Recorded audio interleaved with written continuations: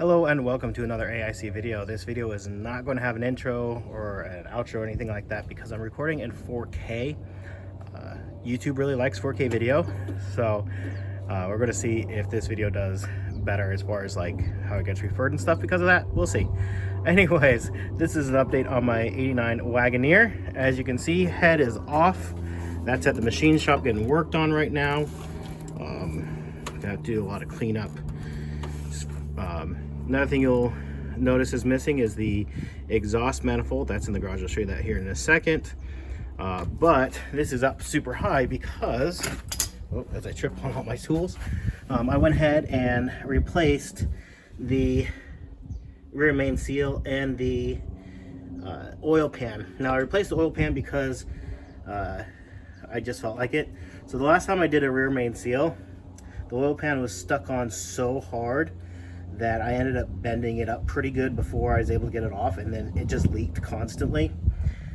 So I went ahead and bought a new oil pan knowing that I was going to have to do this, but the old one came off almost no problems. I couple taps with my dead blow hammer, like taps, like just tap tap, and it just came right off. So I have a perfectly good oil pan. I just used the new one because I had it, so I'll probably give this away or something. So here's my old exhaust manifold, and these tend to crack a lot. And so I don't think this one's cracked. Maybe, I don't know. I don't see any obvious cracks in it. That's the new one, but if you notice, they are different from each other. So this one is from a R.E.M, and so it has the bung for the O2 sensor, which is here, and then for the EGR valve. So this one doesn't have that, but that's because the O2 sensor is in the second part of the exhaust pipe. So I've actually ordered the replacement because I actually like the way it's routed slightly better.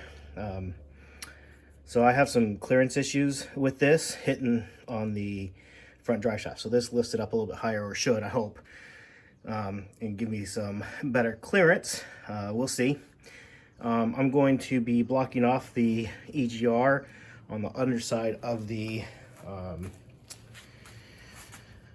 intake manifold.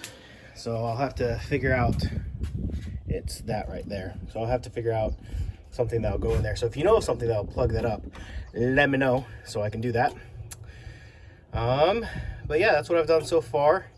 At this point, I'm just waiting for some parts to show up. I'm waiting up for the new exhaust pipe to show up. I'm waiting on the head to be finished, being resurfaced, and they're checking the valves and everything, valve seats and stuff for me. Haven't heard back from them on that, but I should know something by like middle of this next week. Get that button back together. A couple other things I know I need to do is I have the tick. I don't know if it's my drive line. My angle's all wrong. I don't think it is, because I mean, does that look like it's too severe of an angle? Maybe.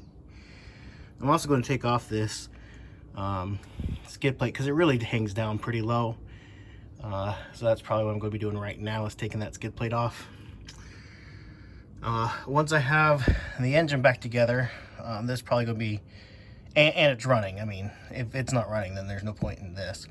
So I don't know if I'm going to do a slip yoke eliminator or if I'm going to have to do something else. So we shall see. We shall see. This is the the 242? So it's the full-time four-wheel drive. And I know the slip yoke eliminator for that's different and more expensive, I believe, than the normal one. So anywho, it looks like I need to rebuild that, but I'm not going to. If I do anything, it'll be because I'm putting in a new axle. I'm not going to waste money on a Dana 35. So yeah. So yeah, this will probably be the next thing I do right now, is take this off, just because it just hangs down too low. I think I mean, I'm already hanging low with the TK strap. So yep, that's what we're doing next. If you have any thoughts, comments, or questions, leave that in the comment section down below. I know I'm just throwing these out there with my other videos.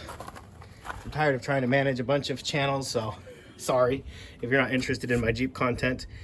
But it's what is interesting to me, and what is currently consuming most of my time right now. So anyways, thank you for watching, and I hope you have an amazing day.